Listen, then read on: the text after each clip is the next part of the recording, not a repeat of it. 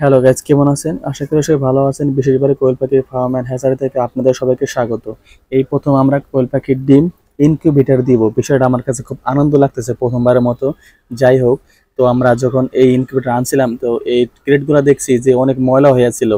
ওই আমার মনে হয় যে উনি এগুলো বাইরে রাখছে নাকি ভগবানই জানে। যাই হোক, পরে এগুলো আনার পরে সুন্দর করে ধুইছি। এখন এই ডিমগুলো সাজাবো। সাজানোর সময় আপনার বৌদিকে বললাম যে আমাকে হেল্প করো, কারণ এটা আমি একলা কোনোভাবেই সম্ভব না এতগুলো ডিম সাজানো। কারণ এখানে 7 থেকে 800 ডিম হবে। এই ডিমগুলো মূলত আমরা ইনকিউবেটর আনারও 4-5 দিন আগে থেকে ফ্রিজে জমে জমে রাখতেছিলাম। যাই হোক, মোটামুটি এখানে মনে হয় 7 থেকে 800 ডিম হয়ে গেছে, আমার একটা আইডিয়া। তো ডিমগুলো সাজাতেছিলাম। আর একটা কথা ভাবতেছিলাম যে প্রথমবারের মতো ডিম সাজাইছি, ভুল ভ্রান্তি হবে কিনা। অবশ্যই ভুল যদি হয় আপনারা অবশ্যই আমাকে কিন্তু কমেন্টে বললেন যে ভাই আপনার এই এই ভুলটা হয়েছে, তাহলে আমি হয়তো শুধরাতে পারবো। যাই হোক, ডিমগুলো সাজাতেছি। এই ডিমগুলো নিয়ে আমরা বসছি মূলত বিকাল বেলা, বেলা বেলা থাকতেই বসছি, সড়ক থাকতেই। তো ডিমগুলা সাজাতে সাজাতে অনেক সময় লেগে গেছে, মোটামুটি লাস্টে লাইট জ্বালানো লাগছে।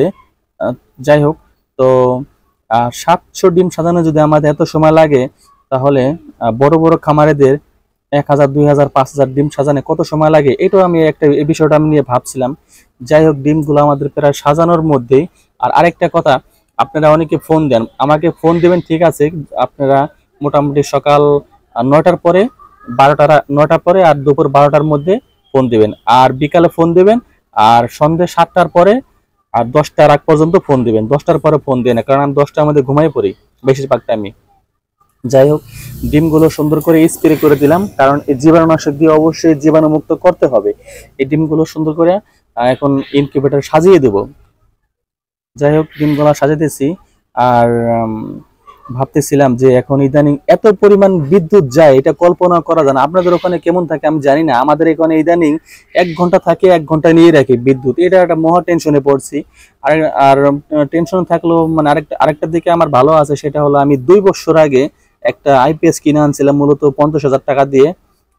মোটামুটি আনছিলাম এই কারণে যে অনেক গরম ছিল, তো বাচ্চারা অনেক চিল্লাচিল্লি করতো। এই কারণে একটা ইনকিউবেটর আইপিএস কিনে আনছিলাম, তো মূলত আইপিএসটা এখন কাজে লেগে গেছে। যাই হোক, ডিমগুলো সাজাই দিতেছি। প্রথমবারের মতো ডিম সাজাইতেছি, জানি না আমার কি ঠিক মতো হইতেছে কিনা। আমরা অবশ্যই কিন্তু বললেন, কমেন্টে বললেন, হয়তো আমি এখান থেকে অনেক কিছু শিখতে পারবো।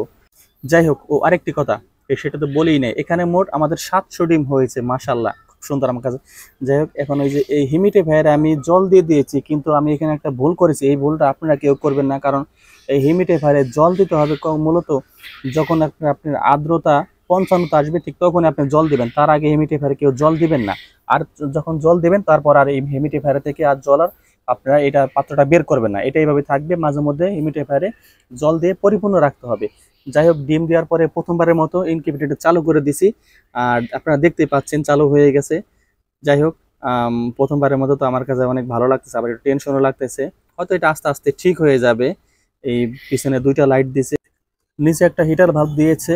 আর মূলত ওনার কাজটা আমার কাছে খুব ভালো ভালো লেগেছে, ওনাকে আমি ধন্যবাদ জানাই।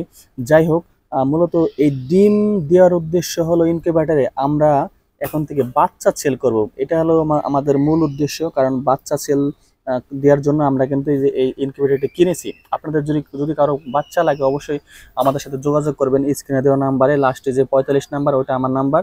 আরেকটা আছে লাস্টে 95, ওটা আপনার হোয়াটসঅ্যাপ আছে। অবশ্যই আমাদের সাথে যোগাযোগ করবেন।